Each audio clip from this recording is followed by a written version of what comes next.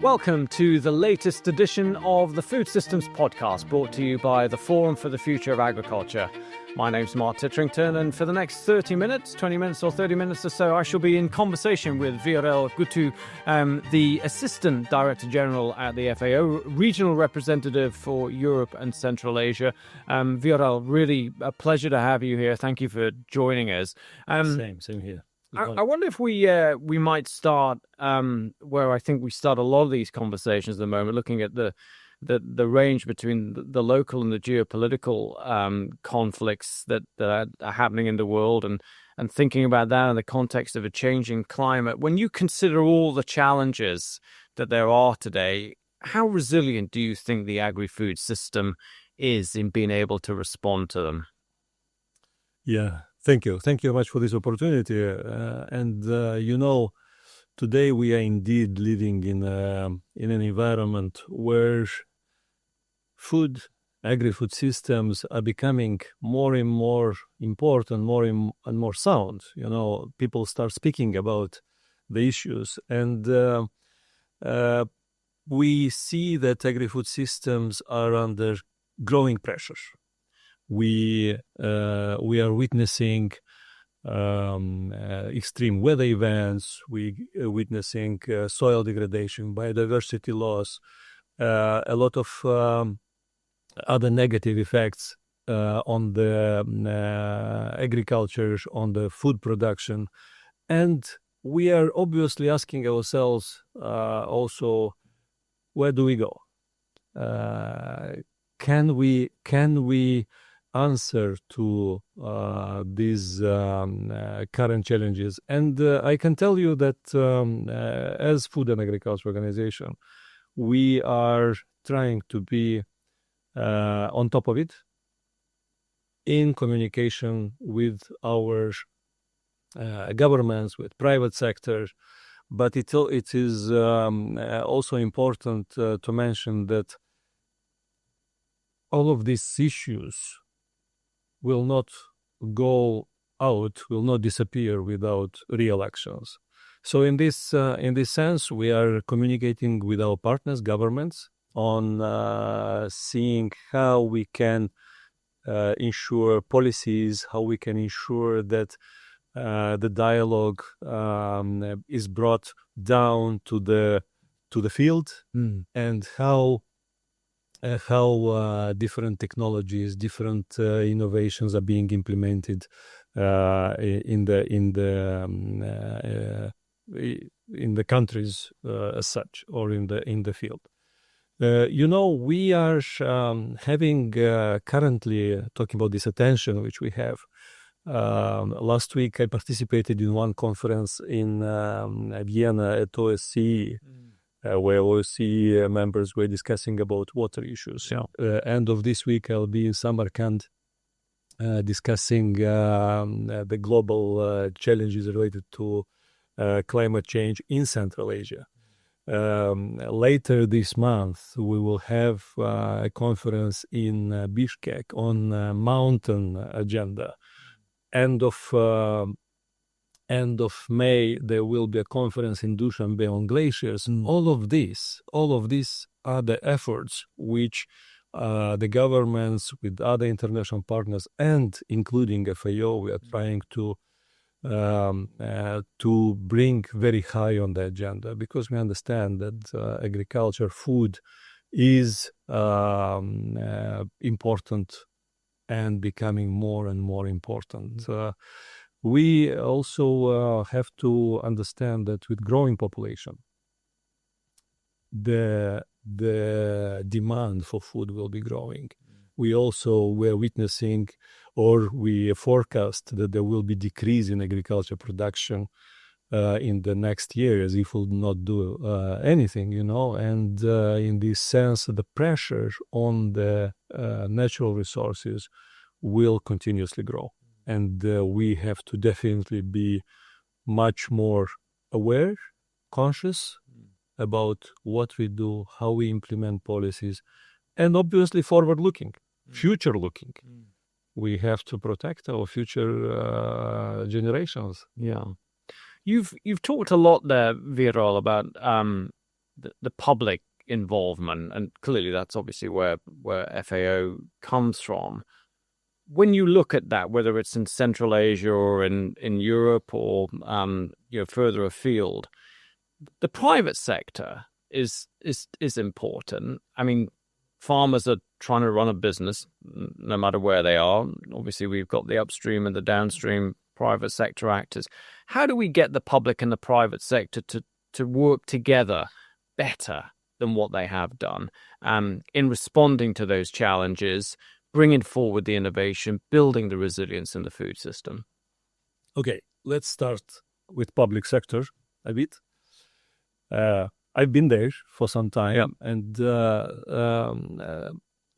I see an incredibly important role specifically for agriculture food production, because we are speaking about legislation, policies, legislation, creating incentives, creating infrastructure which would support this agriculture production. Sometimes when working in the government, it was, what can we do? What kind of mechanisms do we have now? So obviously the decisions are with the private sector. Yeah, where to go, what to do, what to produce in majority of the countries, where the market economy works. But still, as the government, we don't have too many mechanisms, but we do have the ways to influence the decisions of the private sector. Yeah. And at the same time, private sector is driven by the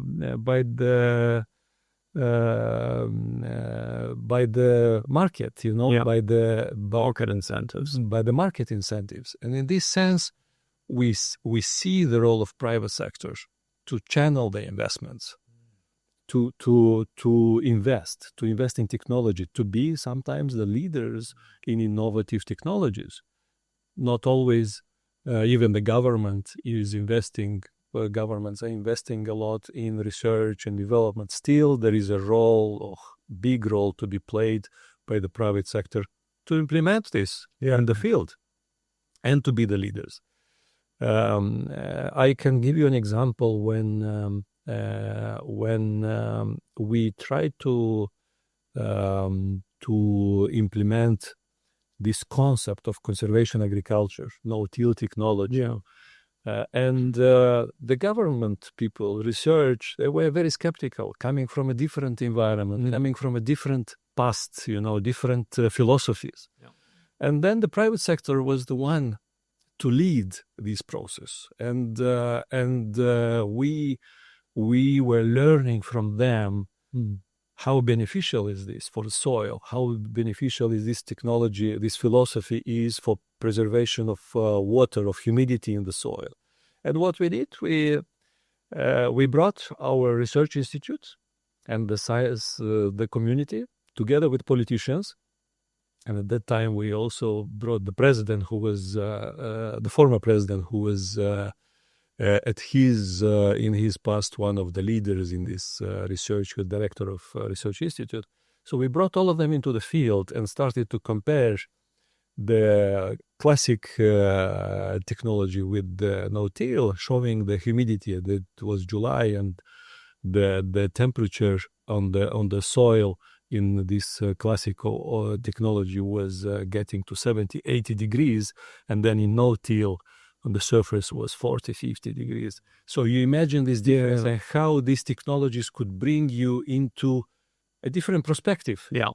So at some point, we were convincing these politicians and research community by using the private sector as our advocates for new technologies. When we talk probably about digital solutions, another example would be using different meteorological stations for forecasting of pests and diseases. Also, our private sector proved already that using this forecasting brings down the use of pesticides several times. These are kind of solutions which are pioneered and led by the private sector, and probably we have to support it. We have to learn from it and probably as support and the government to implement it at a larger scale. Just to push you a little bit further on that, Viorel, I mean, you have, in some parts of the world today, arguments that actually the private sector should be the only ones to delivering the solutions that we need, and a retreat of government, a retreat of public policy. In other parts of the world, we hear people talk mainly about public policy delivering the change, and the private sector's role perhaps a bit diminished. When I listen to you, I hear a need to bring both of them together. That's what you're really advocating, that it's a combination of public and private sector working better together to deliver the outcomes that we want. Absolutely. Several considerations here, or several examples. Yeah. Food safety. Yeah. Food safety is about producing food which is safe for consumption, which is private sector. Yeah. But food safety is also ensuring certain level of protection that food is safe. And this is a government job. Yeah. To ensure that there are certain level of regulations and norms which are being implemented by the private sector in order to ensure that the food is safe. Obviously, this is all partnership. Yeah. And it cannot be done alone by the food safety authorities without consultation with the research community, with the medical community, with the private sector, with the producers and processors. Another relationship would be about pricing. Yeah. Obviously, we say in the open market economy, prices are dictated by the market. On the other hand, when we talk about food, I wanted to mention here not the prices related which are on the end market, but the relationship between the price and the earnings of farmers. Small-scale farmers. Yes.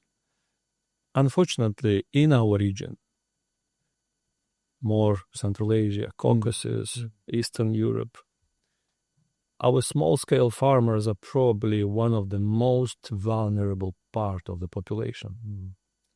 And in this said, I will also like to say that unrecognized most vulnerable part of the population. And if we want to see that, we have to go and see how they work and what are the earnings. They're not hungry. In majority of the cases, our hunger prevalence in our region is very low compared to other regions. Nevertheless, when we talk about cash, that's the big issue for our rural population and the ones involved in agriculture. So then we have to think how the price gets into to the farmers. How that high price or the price of the end product would ensure that our farmers, the ones who are marginalized, who are most vulnerable, receive decent income for the food products they produce. So these are a few examples of how we can cooperate. There is a role for the government to ensure the dialogue. Yeah. In order to even be between the different layers of private sector. Yeah. Between processors, between the retailers, between the wholesalers and the farmers. So these are platforms which are definitely important, and this dialogue is also crucial for ensuring certain level of decent life for our rural population. The catalyzing role that government can play, I think, is increasingly clear. I just want to pick up on something else that you've talked about over the last few minutes or so, research and innovation. and particularly in relation to small scale, smallholder farmers. How does the FAO, how do you see the role of research and innovation generally in helping us to solve some of the challenges that we've got? And how do we make sure that those innovative solutions get through to the smaller scale farmers? Well, we do have to understand that research and innovation is crucial for current times. The problems are so big, related to natural resources, related to food production, related to food safety issues, related to many other collateral issues, that we have to definitely base our solutions, our policies, our actions on scientific foundation. Sure. So in this sense, we do have to have a certain level of research, certain level of collaboration with private sector, which does the research, or governmental sector. So it's all should be connected. And we as FAO, as Food and Agriculture Organization, are trying to create different kind of platforms. In fact, very often I say, that FAO is a platform for the knowledge and experience and expertise which exists in one part of the world to be brought in the part of the world where it is needed. Yeah. So this is exactly the relationship between also with the smallholders, family farms, how to bring this big research into the small scale, and in fact, it's just to create these platforms of communication, of transfer of this knowledge, of adaptation, of investing in the transfer of these technologies and education. A lot should be done in transfer of education, and I'm continuously convinced that we have to invest in educating and improving, always improving, because we are in the dynamics goes on. The dynamics of technologies is very high now. Okay. So in this sense, we also created several platforms. One of them is related to in the region. One of them is related to green agriculture. We also have a digital regional technical platform on green agriculture, which is accessible to everyone and being permanently populated. It's still something new. I mean, we just launched it, but we are populating it. One of the, just now talking about it, one of the issues which came to my mind is language barriers. Yeah. Very often the region is very diverse. Of course. Very different, a lot of languages spoken. And we also have in the region several bubbles of research. Yeah. One coming from, let's say, Soviet Union, others coming from the Balkan countries, which were together. They're so-called bubbles because of the language. Yeah. And we are trying through all of these platforms to break these bubbles. So there is a more communication in the regions, between the regions, in order to have this exchange, be it on the seeds, be it on the technologies, on different exchanges in forestry, in fisheries, in protection of natural resources. So all of these are part of these efforts. Maybe a few examples now of the innovation which are being implemented. Maybe you've heard about, but maybe not, artificial glaciers. We speak about glaciers now more and more. Even last week in Vienna, I mentioned already Switzerland raised the issue of glaciers. In Kyrgyzstan, we are implementing very successfully now a project on artificial glaciers, which helps preserve water for later season when it is needed. Yeah. And this is an example of innovative solutions which are being tested and then brought outside of the region, or different cooperation on pests. Again, I mentioned seed sector, but it's also about water using technologies, how to make how to give equal access to water, which becomes quite an issue everywhere in the world, but in our region specifically, this is very high on the agenda. It's been fascinating to listen to you and to listen to those examples that you're giving of really the catalytic role that FAO is playing, and that platform approach, particularly to the dissemination of knowledge and innovation. And I was really struck by what you said about how you need to break down language barriers, cultural barriers, even in the same parts of the region. Perhaps these are things that we don't necessarily consider when we think about sharing knowledge and best practice that we would need.